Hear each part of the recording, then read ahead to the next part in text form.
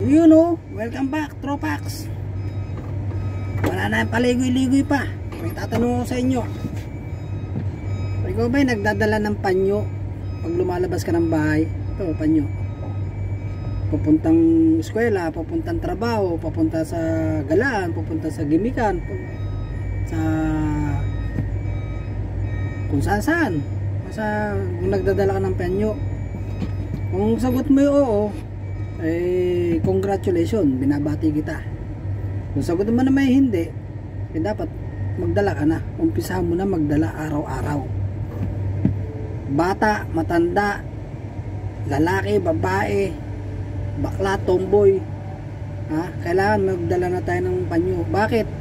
Andito, meron na ako nilista ko na kung bakit natin kailangan magdala ng panyo araw-araw. Kailangan natin ng panyo araw-araw magdala. O ito, inilista ko na. Gumawa na ako ng kodigo para hindi ko na makalimutan. Una-una, wala nang patumpik-tumpik. Head protection. O, ano yun head protection? Sa init ng araw. Una-una, init ng araw. Pag may init ng araw, wala kang payong, ipapandong mo lang. O, miski pa paano, di ba? Hindi ka na nainitan. May ibsan ng yung init na iyong nararamdaman.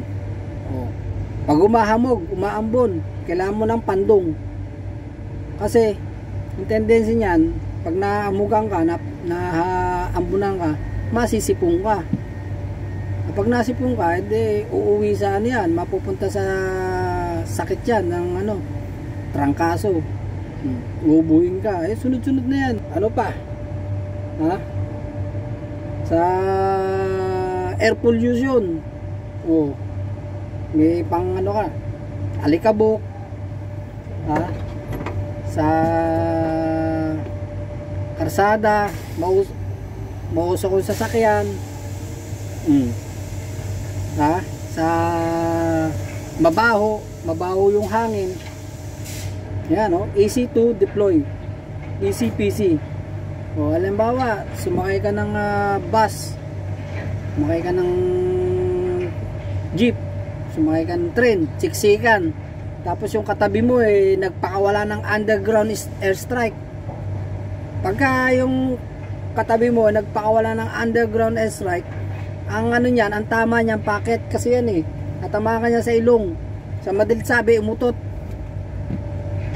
Kung may panyo ka, easy to deploy.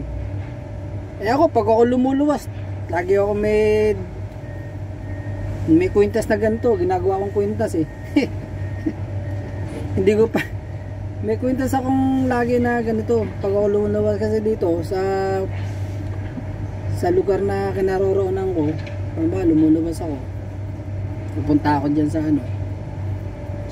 gagala ako dyan, magsa-sightseeing ako dyan sa mall.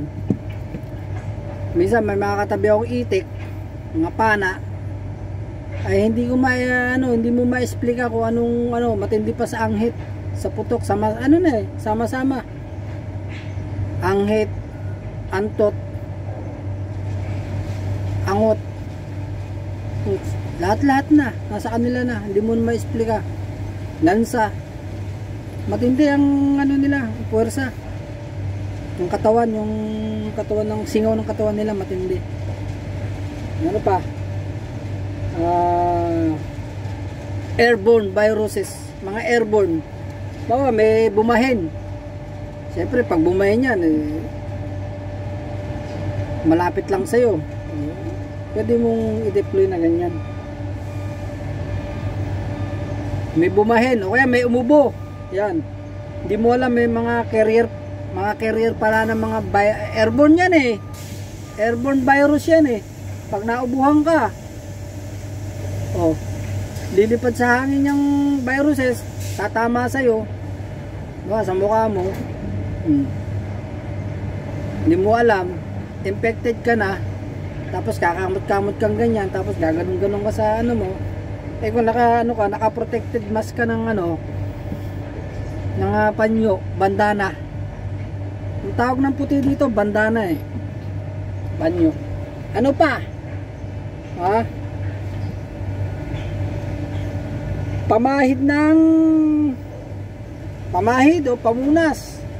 O, di ba? Ang dami. Unang-una, pamahid ng pawis. Nung ikaw umiiyak, sino ba kasama mo? Di ba panyo?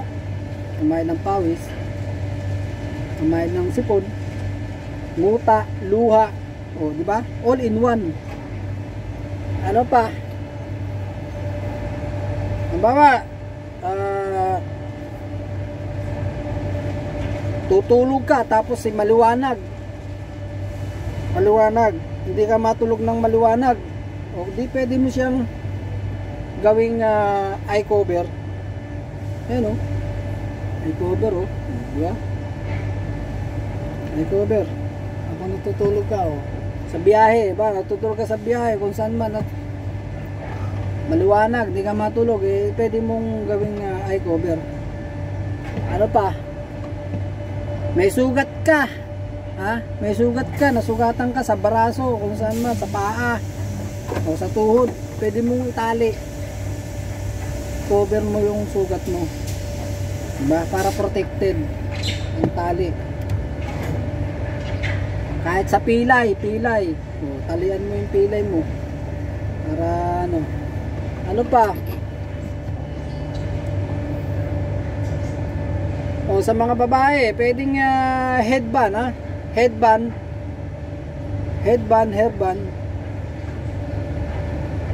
O, pwedeng headband. Sa mga babae, sa mga hairband, di ba? Headband. Ano pa? Pagka, halimbawa, nasa lugar ka na nawawala ka, pwede mo, halimbawa, naliligaw ka, hindi mo alam kung nasaan ka, ba, sa gubat, sa island, pwede mo gawin signaling device. Matalian mo lang ng sanga, pwede mong gawin signaling device.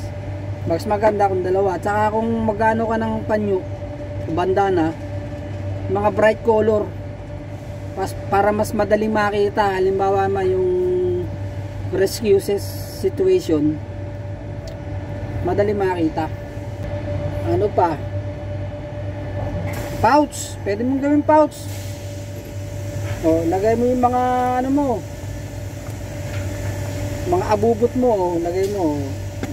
Abubot, lagay mo. Lagay mo abubot mo. Ano pa mga bubot na po pwede yan, o. Yan, lagay mo.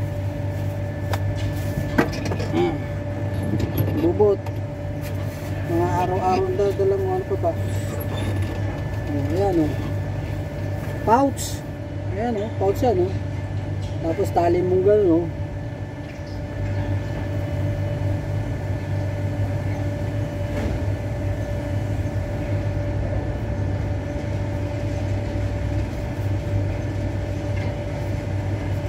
Ayos ba? O, pouch na. Ano ba? O, bandage. Yun, sinabi ko kanina, pang tali. Bandage. Cooling device.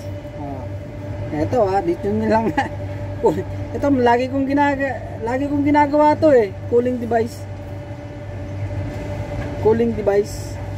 Teka lang saulin natin itong mga abubot. Lighter, Vaseline. Ito yung mga everyday carry ko pen, eyeglass, reading glass, wallet na walang pera, flashlight, cycle, ano pa, luya. Pag ako gusto kong magluya, titimpla ako ng tsaa, nasa labat luya, papakulo ko. Ito pag nainitan ka, init na talaga, itong panyo na to, basahin mo lang yan, basahin mo lang ng tubig, tapos pigain mo siya ng ganun, yung hindi naman pigang-piga, yung ano lang, Yung pagkapiga mo, wala nang tutulong tubig. Tapos, sa amoy pandong. Di ba? Di nalamigan ka na. O kaya, ganyan-ganyan mo. Habang naiinitan ka. O, punas-punas mo. Di ba? Ano? Cooling device na isa. Yung Shamag, yung ano. Ito, oh. Ito. Ito, warat-warat na nga, oh. Ilang taon na sa akin to. Dala-dala ko lagi to. Lagi ko itong gamit-gamit to. Binabasa ko to. Tapos ginaganyan ko saya.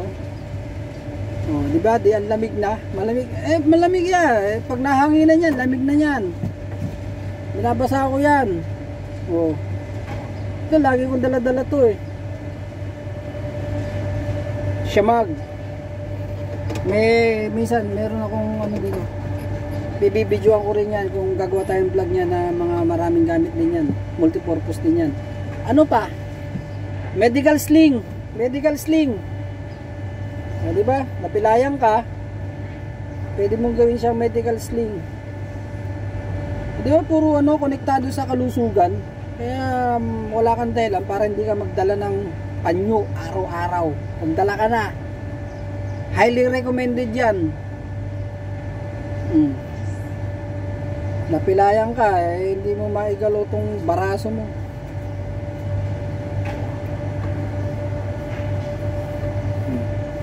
Di ba? Medical sling. Oh, first aid. Ano pa? Self-defense. Self-defense. Self-defense. Bawa. Lagyan mo ng bato. Ito, lagyan mo ng bato. Lagyan mo ng bato yan. Amo ipulupot. Ganun mo. Hindi meron ka ng distance weapon.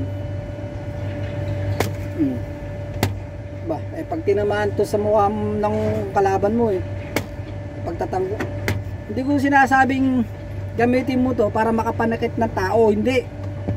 Gagawin mo lang self defense to kung nasa oras ka ng kagipitan na ang buhay mo malalagay sa alanganin, sa gipit.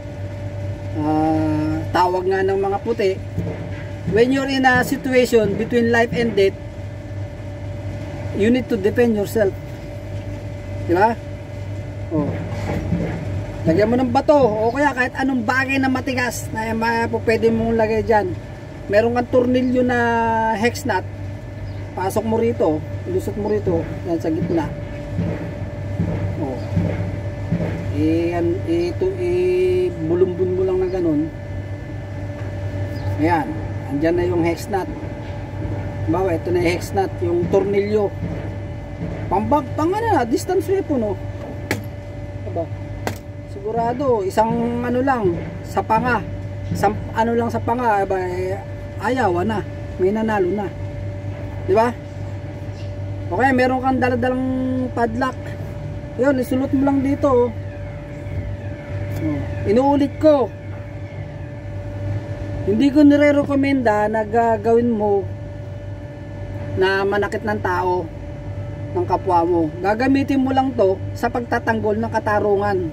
Gagawin mong agimat, anting-anting, bertud, galing. Ano pa ba? Ito, gagawin mong agimat pero walang ritual. Wala kang ano, basta ito, dala-dala mo lang lagi. Ika nga ng puti, be prepared, be equipped. O, diba? Ano pa? Yan, may mga ano yan, ha. Saka kung magano ka ng panyo, yung sigurado mo lang na 100% cotton. Bakit 100% cotton?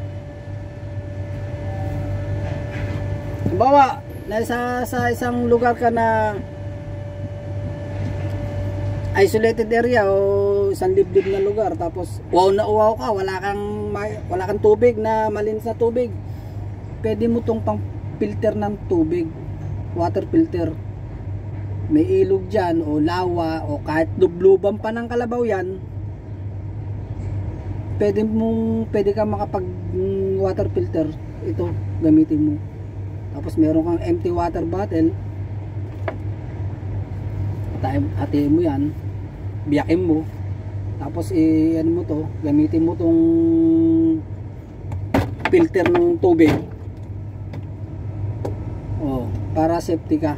Pagkatapos mo makapag-filter ng tubig, yung naipon mong tubig, yung nakuha mong tubig, pakuluan mo at least 3 minutes. Pag napakulo mo na, palamigin mo. Pag napalamig mo na, ready to drink na. Alam mo, sabi ng mga eksperto, mga expert yan, mga puti, sabi nila, pwede kang mabuhay ng kahit sa 3 linggo hindi ka kumakain, pero sa 3 araw hindi ka uminom, you're a dead man. Kaya mahalaga ang tubig. Uminom ka ng tubig para hindi ka ma-dehydrate. Ito, lagi itong sa akin, lagi nakakabit sa akin to eh. Kailangan ko ito pang araw-araw eh, lalo sa trabaho ko dito, maalikabok eh.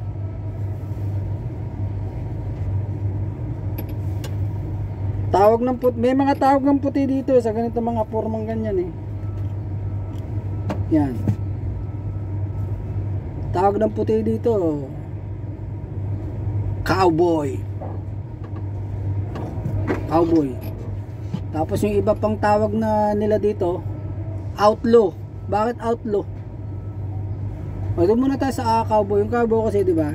Mga cowboy, mga nakakabayo, tapos mga nakasumderong pang cowboy. Malimit sila merong ganito. Tapos yung sa outlaw naman, ganito rin yung suot. Outlaw nga eh, ginagamit nila ng pantakip sa mukha, identity hidden. Hidden identity. Mga nang-hold up ng bangko, mga gumagawa ng mga krimen. Pero kung hindi ko sinasabing gumawa ka ng krimen ha. Bawal 'yun, masama 'yun, pangit 'yun. Ano pa? Marami pa siguro. Yung iba, yung hindi ko na idagdag nyo yung kung ano pa yung pwede natin gawin dito sa panyo. Kaya ikaw, magdala ka na ng panyo araw-araw at saan ka pumunta. Trabaho, eskwela, barkada, tropa, galaan, pasyalan, o nature tripping, camping, mountaineering, ano pa? Picnic. Kaya magdala kang panyo. Lalo sa survival situation, maraming magagawa yung panyo na to sa atin. Sa tamang sa tamang pamamaraan, tamang gawa. So yun lang. Ayos ba? Subscribe na. And see you sa next video. Rock and roll. Peace out.